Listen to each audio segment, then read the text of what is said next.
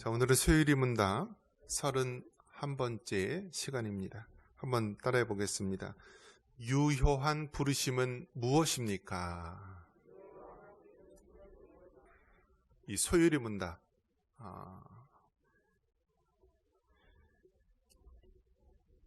이것은 이제 성경에 나온 구원의 진리, 복음의 진리를요, 질문 형식으로 이렇게 하면서 그에 따른 대답을 성경을 통해 찾으면서 우리가 복음을 깨닫고 말씀을 깨닫도록 한 것입니다.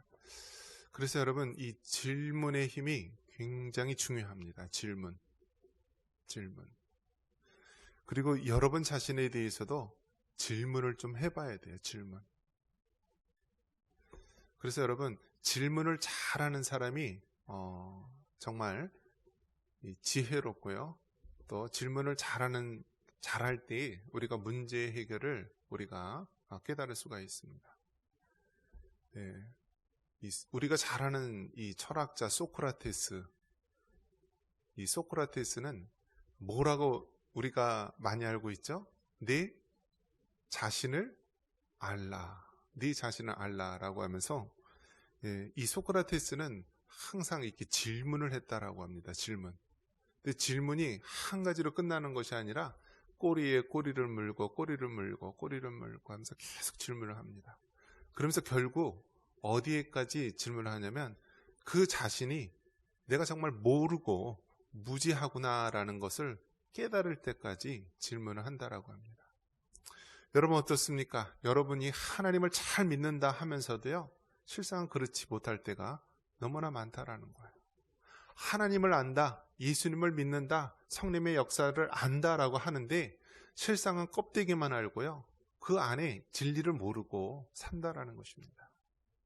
그런 면에서 여러분, 교회 안에서 우리가 신앙생활할 때 믿음의 연조를 자랑하지 말고요, 하나님 안에서 우리가 얼마나 진실되이 하나님을 알고 또 그 말씀대로 순종하며 살아가고 있는지 여러분 자신에게 끊임없이 질문하고요, 여러분이 대답할 수 있기를 바랍니다. 그런 면에서 우리 소요리 문답, 이것은요, 우리 믿음의 선진들이요, 끊임없이 우리 자녀들과 우리의 다음 세대들에게 끊임없이 이 소요리 문답 질문을 통하여서 하나님이 어떠한 분이신지, 예수님이 어떠한 분이신지, 성령 하나님이 어떠한 일을 하시는지 계속해서 우리로 하여금 질문하고 깨닫게 하시기를 원하시는 것입니다. 우리가 계속 이어서 살펴보는 것은 성령 하나님의 그 구원의 적용에 대한 부분입니다. 한번 따라해 보겠습니다. 성령 하나님의 구원의 적용. 우리가 구원에 있어서 행함으로 우리가 이루어지는 것이 아니라 전적인 하나님의 은혜로 이루어지는 것입니다. 하나님의 은혜로 이루어지는데, 이 구원의 적용, 각 사람에 대한 구원의 적용, 이 각 사람에 대한 구원의 적용은요, 전적인 성령 하나님의 역사하심 속에 이루어지는 것입니다. 우리가 사도신경에 고백하죠. 성령을 믿사오며 거룩한 공회와 성도가 서로 교통하는 것과 죄를 사하여 주시는 것과 몸이 다시 사는 것과 영원히 사는 것을 믿습니다. 우리가 사도신경을 왜 예배 때마다, 왜 모일 때마다 고백합니까? 그것은 그만큼 중요하기 때문에 그렇다라는 거예요. 그러면 무엇이 중요하냐? 너희들이 교회에 와서 무엇을 믿느냐? 너희가 하나님을 믿는다라고 하는데, 기독교라고 하는데, 그리스도인이라고 하는데 도대체 무엇 하는 것이냐, 어떤 거 하는 것이냐 했을 때 우리는 한마디로 요약할 수 있는 것입니다. 우리 기독교란, 우리가 믿는 신앙이란 삼위일체 하나님을 믿는 것입니다. 성부, 성자, 성령, 삼위 하나님을 믿습니다. 그래서 이것이 얼마나 중요하기에 초대교회 때서부터 사도들에 의해서 우리가 계속해서 지금까지 예배 때마다 우리가 고백되어지는 것입니다. 이 중에 특별히 성령 하나님에 대한 부분, 성령을 믿사오며 거룩한 공회와 성도가 서로 교통하는 것과, 이것은 교회에 대한 부분을 얘기하는 거예요. 성령 하나님께서 교회에 대해서 역사하실 때 거룩한 공회, 즉 성령 하나님을 통하여 교회를 거룩하게 하신다는 거예요. 또 성도가 서로 교통하는 것과, 즉 우리가 한 성령으로 세례받고 그리스도 안에서 참된 교통을 경험하게 되는 것입니다. 이것이 바로 교회, 이 공동체에 성령 하나님이 역사하시는 것이고요. 또 개인적으로는 어떻습니까? 죄를 사하여 주시는 것. 우리 성도 한 사람 한 사람 개인에 대해서 죄에 대해서 사하여 주시는데 성령 하나님께서 역사하신다라는 거예요. 그리고 몸이 다시 사는 것, 부활에 대한 것, 또 영원히 사는 것, 영생에 대한 것. 이것이 바로 성령 하나님의 구원의 적용이 되는 것입니다. 공동체에 있어서는 교회를 거룩하게 하고 성도 간에 교통하도록 하는 역할을 하시며, 개인적으로는 죄사함과 부활과 영생에 대해서 하는 거예요. 여러분 아마 사도신경 몇 번이나 고백했나요? 1년 52주. 우리가 주일 예배만 따져도요 1년에 52번. 또 우리가 중간중간 예배 때마다 또 얼마나 많이 고백합니까? 그런데 정말 이러한 의미를 여러분 기억하면서 그렇게 고백하십니까? 아니면 마치 주술을 외우듯이 입술은 주저주저 하는데 머리는 딴 생각하면서 있습니까? 네? 그런 면에서 여러분 이 사도신경 하나만 제대로 고백해도요 우리가 참된 신앙생활을 하는 거예요. 어디 다른 데서 두리번나 거릴 필요가 없어요. 하루 세 끼 밥 잘 먹으면은요 건강해지는 거예요. 세 끼 밥 안 먹고 어디 가서 또 줄 거 없나 하면서 구걸하며 다닐 필요가 없어요. 밥 잘 먹고 잘 자고 이런 것이 건강하듯이요.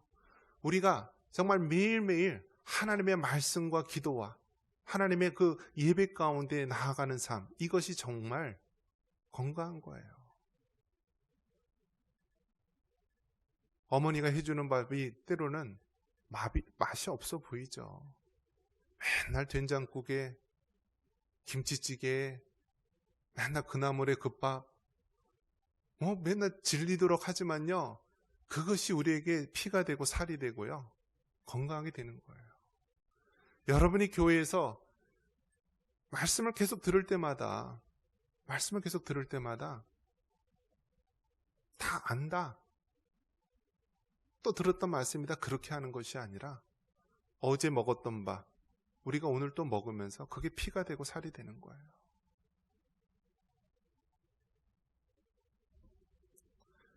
제가 학교에서도 한 5년 정도 강의도 해보고 그랬는데요. 학생들은요 해마다 바뀌어요. 근데 교회에서 성도들은 바뀔까요? 안 바뀔까요? 바뀌어요? 안 바뀌어요? 안 바뀌어요. 근데 하나님 뭐라고 얘기하시냐면 말씀을 순종할 때까지 전파하는 것. 그래서 저는 확신이 있어요. 여러분에게 같은 말을 전파해도 여러분이 언제까지? 순종할 때까지 계속해서 해야 되는 거예요. 계속해서. 그래서 하나님의 말씀을 안다는 것은요 우리가 지식적으로 아는 것으로 끝나면 안 돼요. 마음에 감동이 있어야 되고요 우리 손과 발이 의지적으로 행동할 때 이것을 우리가 하나님을 안다, 하나님 말씀을 이해했다라고 할 수 있는 거예요.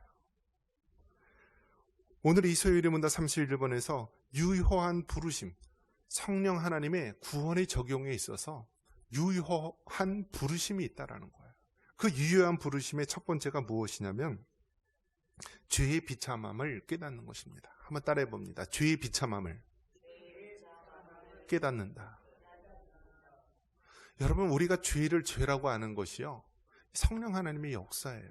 성령 하나님의 역사. 우리가 흔히 사회적으로 정신병자 중에서 사이코패스, 소셜패스라는 말을 사용합니다. 근데 이 사람들의 공통점이 무엇이냐면요 죄책감을 못 느끼는 거예요. 죄책감을. 사람을 죽여도요 죄책감을 못 느껴요. 하다못해 우리가 동물이나 짐승을 죽여도요 우리가 그 안타까운 마음이 있는데요 하나님의 형상대로 지은 사람을 죽이는데 아무런 죄책감을 못 느끼는 거예요. 그래서 사이코패스들은 사회에서 격리돼서 사회생활을 하지 못하는 그런 사람들이고, 소셜패스들은요 버젓이 사회생활을 해요. 사회에서 중요한 어떤 직위를 갖고 생활을 하는데 정신적으로나 삶의 모든 면에서 정상적이지 않죠. 자, 우리가 죄를 깨닫는 것, 이것은 정말, 죄는 정말 우리를 잔혹하게 하고 죄는 범하지 말아야 되는 거다. 이 죄의 비참함을 깨닫게 하는 것이 성령 하나님의 역할이다라는 거예요. 성령 하나님. 그런데 여러분, 죄는 어떻습니까? 우리가 가장 밑바닥에 보면은요, 우리가 일반 사회법이 있어요. 민법, 형법, 여러 가지 법의 종류가 있죠. 이것은 가장 기본적으로 지켜야 될 법이고요. 그 위에 있는 법이 무엇인가요? 우리가 흔히 말하는 도덕이에요. 도덕. 일반 그런 민법이나 형법이나 그것은 정말 이것을 범했을 때는 죄를 묻고요, 감옥에 가든지 어떤 벌금을 내다든지 그렇게 해야 되는 법이고, 도덕법은 어때요? 그거보다 조금 상위에 있는 법인데 우리들 사람이 마땅히 그렇게 지켜야 될 그러한 것으로 지키게 되죠. 그래서 결국 그 맨 위에 있는 그런 최고의 법으로 가면은요, 우리 양심의 법입니다. 양심의 법. 그래서 여러분, 정말 예수님 믿는 사람에게는요, 양심이 있어야 되는 거예요. 양심. 왜요? 우리 안에 성령 하나님이 살아계시고요, 성령님께서 죄를 범하면은요, 우리를 가만 안 놔두는 거예요. 가만 안 놔두는 거예요. 어떤 다른 사람에게 해를 끼치거나 도둑질을 하거나 이러한 잘못된 일을 했을 때 세상 사람들은 수지 맞았다, 돈 벌었다라고 하지만, 믿는 그리스도인들 마음에는요, 성령 하나님이 계시기 때문에요, 막 괴로워하는 거예요. 이것이 바로 성령 하나님의 역할, 죄를 깨닫게 하시는 역할이다라는 거예요. 예수님 믿는 사람도 부부싸움 할 수 있어요. 그런데 부부싸움을 하고 교회에 나와서 강단에 서거나 우리가 다른 사람들 앞에서 이렇게 대할 때 성령 하나님께서 우리 양심에 죄책감을 주시는 거예요. 만약에 어떤 사람이 나는 죄를 지어도 양심의 가책이 없다. 나는 바깥 나가서 바람을 피우고 사기를 치고 다른 사람에게 피눈물 흘리게 했는데도 나는 전혀 양심의 가책이 없다. 버젓이 주일날 교회에 나와서 예배드린다. 그 사람은 정말 의심해야 될 게 뭐냐면, 그 사람이 정말 진정으로 거듭난 그리스도인인지, 그 사람 안에 성령 하나님이 정말 거하시는 사람인지 점검해 봐야 됩니다. 만약에 그렇지 않은 사람, 구원받은 사람이 그렇게 한다 그러면 하나님께서 정말 그 사람을 특별하게 취급하실 것입니다. 만약에 변화되지 않으면요, 그냥 즉각 데려가실 거예요. 하나님이. 성령 하나님의 구원의 적용, 그 유효한 부르심은 무엇인가? 죄를 깨닫게 하신다는 것. 두 번째는 무엇이냐면 영혼을 각성한다라는 거예요. 한번 따라해 볼까요? 영혼을 각성한다. 이 각성한다라는 말이 깨달을 각, 깨달을 성. 그래서 깨어 정신을 차린다라는 거예요. 그래서 각성하다. 예전에 공장에 다니고 막 일하는 분들이 많이 있죠. 근데 막 육신적으로 너무 피곤하니까 무엇을 먹어요? 예, 동아제약의 한 매출 50%에서 70%가 이 바카스 때문에 그렇다라고 합니다. 바카스. 근데 이게 각성제예요. 각성제. 이거 먹으면 막 피곤한 것도 확 깨져. 근데 시골에서 보니까, 일하실 때 보니까 이 어르신들이요, 특히 예수님 믿는 분들이 막걸리는 못 마시니까 뭘 마시냐면 커피를 마시더라고요. 커피를 막 물에 타가지고 벌컥벌컥 마시는데, 커피도 카페인이 있기 때문에 각성제. 각성, 깨어 정신을 차리다. 우리가 신앙생활 할 때요, 멀뚱멀뚱 우리가 그렇게 생각할 때가 있다는 것입니다. 그래서 우리 영혼이 각성이 돼야 되는데요, 이것을 하는 역할이 무엇이냐면 성령 하나님께서 우리로 하여금 각성시키는 것입니다. 우리가 하나님의 말씀을 읽을 때도요, 우리가 얼마나 많이 읽었습니까? 뭐 어떤 사람은 뭐 10독, 20독, 100독 뭐 그렇게 하는 사람이 있는데요. 그런데 여러분, 말씀을 그렇게 읽을 때마다 우리가 어떻게 해야 되느냐면요, 각성해서 읽어야 돼요. 각성해서. 종교개혁자 마틴 루터는요, 1년에 성경을 몇 번 읽었을 것 같아요.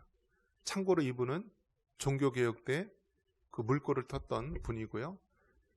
이 마틴 루터는요, 이 독일어로, 그 당시 라틴어로 되어 있던 성경을요, 독일어, 자기네 언어로 다 번역을 했어요. 이 마틴 루터가 1년에 성경 몇 번 읽었을 것 같아요? 우리 한순희 권사님, 성경 몇 번 읽었어요? 1년에. 우리 그 맥주인 성경 읽기로 읽으면은 몇 번 읽는다 그랬죠? 예, 신약은 2번, 구약은 1번, 또 시가서는 2번 이렇게 되는 거예요. 그래서 신약 2, 구약 1번, 이 평균 그렇게 돼요. 맥주인 성경 읽기 하면. 마틴 루터 성경을 번역하고 정말 그 성경에 대해서 굉장히 많이 아는 그 사람. 그 2단 JMS 정명석이가 뭐 성경을 산에 가서 뭐 5년 동안 뭐 2000번을 읽었다, 몇 번을 읽었다 하는데요. 중요한 건 많이 읽는 것이 아니라요, 성령 하나님의 그 조명하심 속에서 각성하여서 읽어야 되는 거예요. 마틴 루터가요, 1년에 2번 읽었다고 합니다. 우리가 생각한 것보다 적게 읽었죠. 그죠? 여러분도 그 수준 읽잖아요. 좀 제대로 읽는 분은 더 많이 읽을걸요? 그런데 마틴 루터가 성경을 읽을 때요, 마치 가지 하나를 이렇게 흔들흔들해서 이렇게 다 이렇게 보듯이요, 그만큼 성령 하나님의 조명하심 속에서 각성하며 그렇게 읽었다라는 거예요. 하나님의 말씀에 대해서 여러분, 우리가 항상 접하는 말씀이지만 그 말씀이 유난히도 우리 가슴에 찔리고 우리 마음에 와닿는 말씀이 있다라는 거예요. 그러한 역할을 하는 분이 성령 하나님이다라는 거예요. 그래서 성령 하나님은 이처럼 우리의 영혼을 각성시킵니다. 특별히 하나님의 말씀을 우리가 읽을 때 그 말씀을 조명해서 각성시키고요, 하나님이 어떠한 분인지 우리가 깨닫게 하십니다. 그리고 유효한 부르심은 무엇입니까? 우리가 볼 때 의지를 갱신시킨다라고 말합니다. 한번 따라해 볼까요? 의지를 갱신시킨다. 이 갱신이란 말이요, 이미 있던 것을 새롭게 한다라는 의미예요. 새롭게 한다. 이미 있던 것을 새롭게 한다. 우리가 항상 신앙생활 할 때요, 갱신하는 것이 필요해요. 갱신. 그래서 우리가 이미 알았고, 이미 있었고, 이미 구원받았고, 이미 하나님의 자녀이지만요, 정말 새롭게 갱신돼야 되는 거예요. 어제보다는 오늘이 더 예수님을 닮고요, 오늘보다는 내일이 더 하나님을 닮아가는 그런 모습으로 갱신돼야 되는 거예요.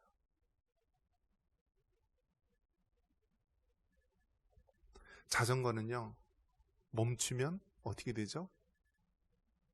옆으로 쓰러져요.